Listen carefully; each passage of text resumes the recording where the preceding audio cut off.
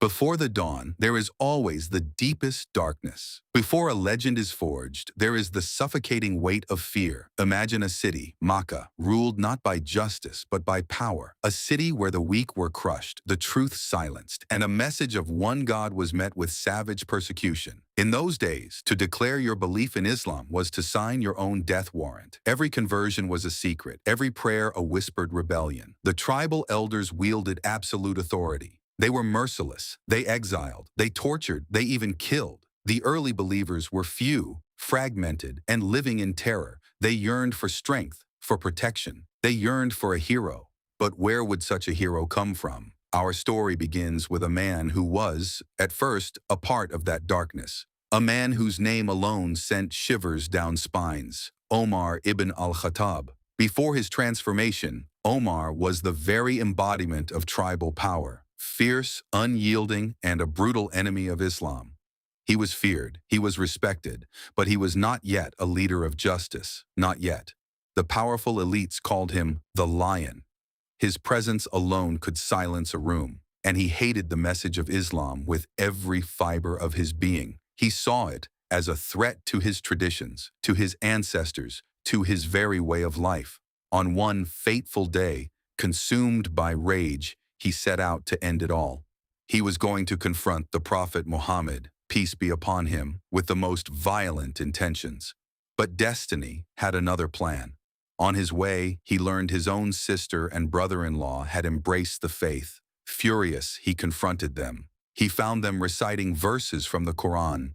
The words, they pierced through his rage. They spoke of truth, of mercy, of a divine justice unlike anything he had ever known.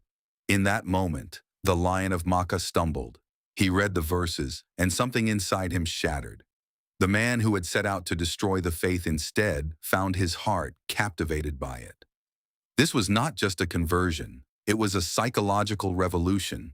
The fear he had once inspired now turned into a burning desire for justice. The opposition had lost their most formidable weapon, and the believers had found their shield.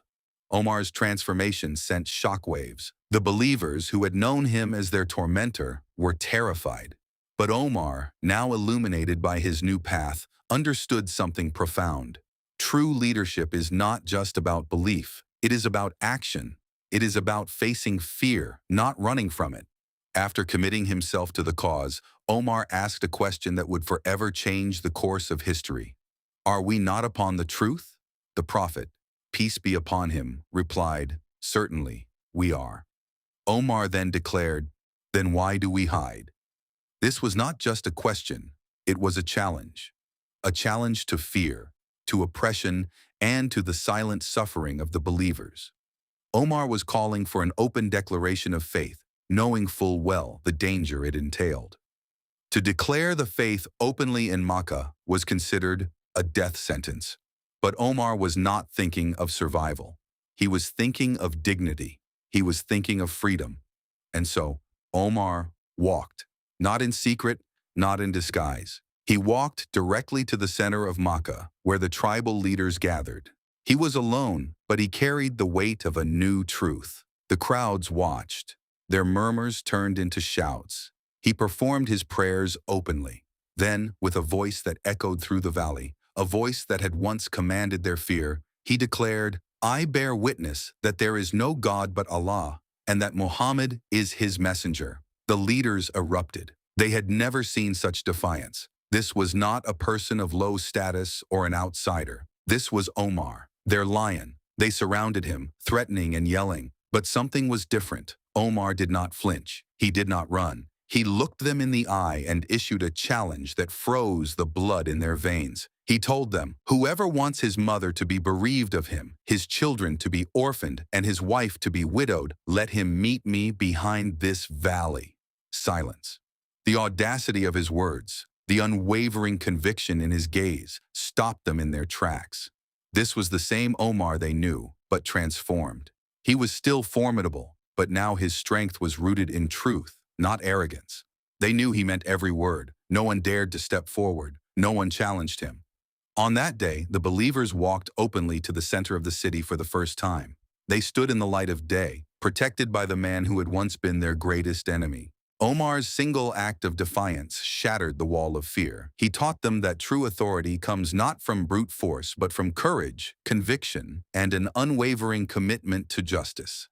So, what can we learn from Omar ibn al-Khattab, peace be upon him? How does his courage apply to your life, your family, or your workplace today? True leaders prioritize conviction over comfort. Omar could have remained a powerful noble, but he chose truth even when it meant immense danger. They challenge the status quo. They do not shy away from difficult conversations or from confronting established injustices. They understand that true leadership requires both strength and the humility to learn and evolve. Most importantly, they know that action transforms fear. Your actions, when rooted in justice, inspire others and dismantle the shadows of doubt. Omar's story is a timeless lesson. You do not need a sword to be a leader. You need clarity of vision, unwavering conviction, and the courage to stand for what is right, even when you stand alone. From the moment he defied the elite, Omar ibn al-Khattab, peace be upon him, became the shield of his people, eventually becoming a global icon of justice and authority. He walked in daylight and he opened the path for others to follow. Think about your own life. Where are you hiding? What truth are you afraid to speak? What justice needs your voice? The world is waiting for true leaders, leaders who embody courage, conviction, and unwavering justice, leaders who are willing to step out of the shadows and declare their truth, even when the odds seem insurmountable. If this story ignited something within you, share it. Let this be a beacon for others seeking to understand true leadership. What is one area in your life where you feel called to lead with more courage? The truth is waiting for you to stand up.